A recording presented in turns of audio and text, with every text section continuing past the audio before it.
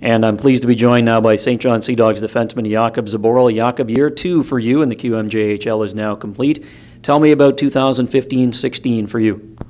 Well, I guess it was kind of harder for me when I get drafted, and everybody's expectation of me were pretty high, and it was kind of hard to fulfill them all. So I don't know, it was harder than last year. But it was a really good time with the guys. We wrapped in first position in our division, and it was really nice. Then we got to semifinals and playoffs, and we just lost there. It was a good run. You mentioned the division title and the playoff run. Why? Why do you think the team was able to accomplish what it did? We just had a really good chemistry in our team, good coaches, which really helped us going, and they really knew how to make us go, and I think that is a mainly reason. It's a tight-knit group, right? It was a group that really stuck together and really had everybody's back. Yeah, it's true.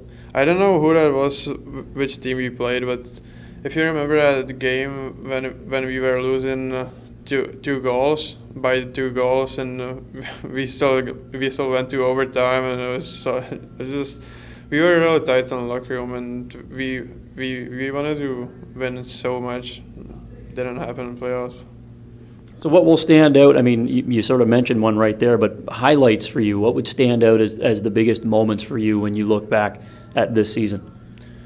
Oh, honestly, for sure, game against Cape Breton, 7th game when we beat them in the playoffs. That was awesome feelings. First time in franchise history the team had played a Game 7 as well, and what made it so special? I mean, Game 7 alone makes it special because it's a winner-take-all kind of scenario, but for you, what made it so special? So, it's one or another. So it's a really big game. So one can keep going in the playoffs, and we had a really good atmosphere by our fans here in this rink, and it was, oh my God, it was just an awesome game. Now, you kind of alluded to it a little bit off the top of the interview here, but tell me about your own season. Did you feel like it was? You sort of made it sound like you felt like it was a little bit tougher than you were expecting it was going to be. Yeah, well, lots of people had really tough expectations on me, and I was kind of battling with myself too. And I don't know. I think I didn't have really bad season, but it wasn't the greatest one either. So I just wrap it there. Did you feel like though that your playoff kind of turned things around a little bit, perhaps? Yeah, I don't know. When we went to playoffs, I just told myself just through a regular season behind me, and I just went on. So I don't know. Just first game against Batters, I just got a new shock, and I had a pretty good playoffs. So year 2's done. What do you think the major differences were for you in your second year as compared to your rookie season last year? Well, more leadership, and I wouldn't say in the locker room. I'm not really a leader in the locker room, but more on the ice. Show younger guys how to play, show them the way, be physical on the ice, maybe stick up for them on the ice. That's it. We're heading into the off season now, and you obviously, as property of the Boston Bruins, will have have some of the off season sort of laid out for you with things like summer evaluation camps and the rookie camp when it starts and things like that. But what are you going to do in the off season to try and get ready for that summer evaluation camp and eventually for the fall as well? Well, right now when I get home, I think I'll just be lazy for a bit and spend some quality time with my family. Then I think that there will be some summer camps on national team under 20 in Czech.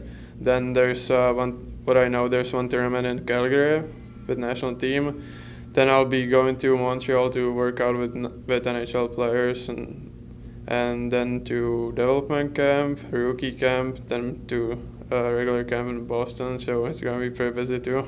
So as much as the season is over, it really doesn't end, does it? No, it kind of doesn't. It's just I'll get some couple days to just lay off though. It's nice. You mentioned something there that we haven't hit on yet, and that's the national team experience. You played for Team Czech Republic at the World Juniors this past year, and you know, it looks like you'll get a chance perhaps to do it again coming up this time around in the fall or in the wintertime. But talk about that experience. What does that mean to you to be able to play for Czech?